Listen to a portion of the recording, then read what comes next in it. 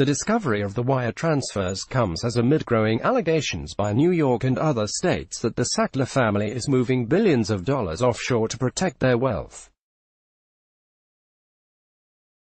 It also follows news 2 days ago of a proposed settlement by Purdue Pharma to thousands of states, counties, cities and tribal governments in their ongoing lawsuit accusing the company of fueling the nation's opioid epidemic.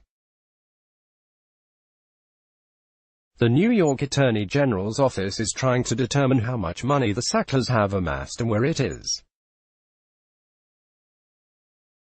Details about the wire transfers, including some that authorities say were funneled through Swiss bank accounts, were released as part of a new court filing by Attorney General James in the ongoing lawsuit. While the Sacklers continue to lowball victims and skirt a responsible settlement, we refuse to allow the family to misuse the courts in an effort to shield the financial misconduct, James said in a written statement. The limited number of documents provided to us so far underscore the necessity for compliance with every subpoena. Millions of dollars in wire transfers involving Mortimer D.A. Sackler, a former Purdue board member, were mentioned throughout the new document. In a statement to CNN, Sackler said, "There is nothing newsworthy about these decade-old transfers, which were perfectly legal and appropriate in every respect. This is a cynical attempt by a hostile AG's office to generate defamatory headlines, to try to torpedo a mutually beneficial settlement that is supported by so many other states and would result in billions of dollars going to communities and individuals across the country that need help," Sackler said. The Sacklers and Purdue Pharma, which makes OxyContin, have fought to limit discovery and subpoena action by the Attorney General's office. Mark S.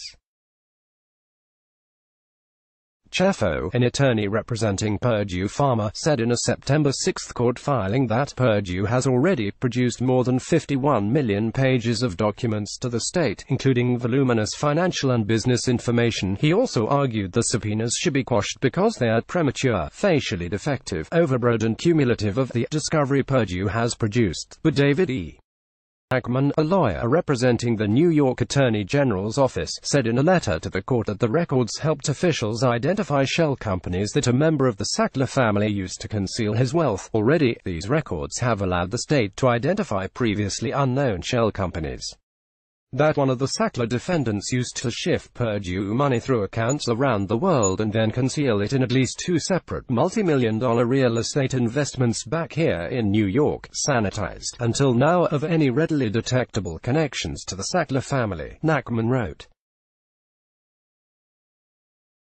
Based on this evidence alone, the state anticipates the addition of one or more of these previously unknown shell entities as defendants directly liable under the state's DCL claims. Some wire transfers continued through last year. The filing says Sackler was involved in 137 wire transfers totaling nearly $20 million, and some of those transfers occurred as recently as 2018, the filing indicates.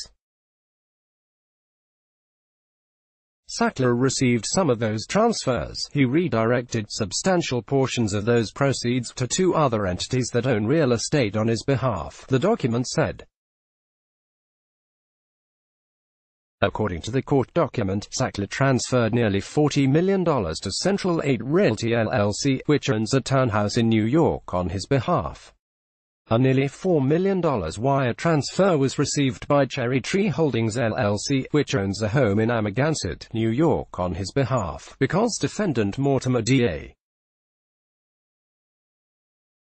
Sackler has placed these New York real estate holdings in the name of shell companies. Their ownership would have been impossible to detect from publicly available records and without access to financial records, state prosecutors said in the filing.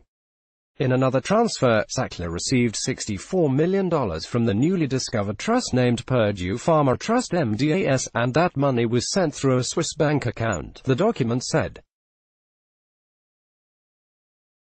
He also received money routed through that same Swiss bank account from the Heatheridge Trust Company Limited, a trustee of a trust belonging to Sackler, according to the court filing.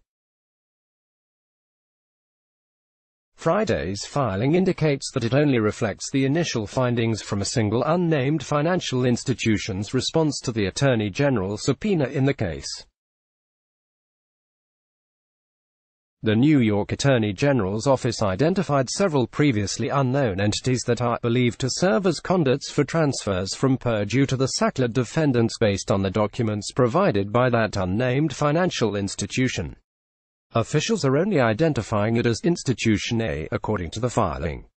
CNN's Rob Fraser reported and wrote from New York, and Nicole Chavez reported and wrote from Atlanta. Let's block ads. Why?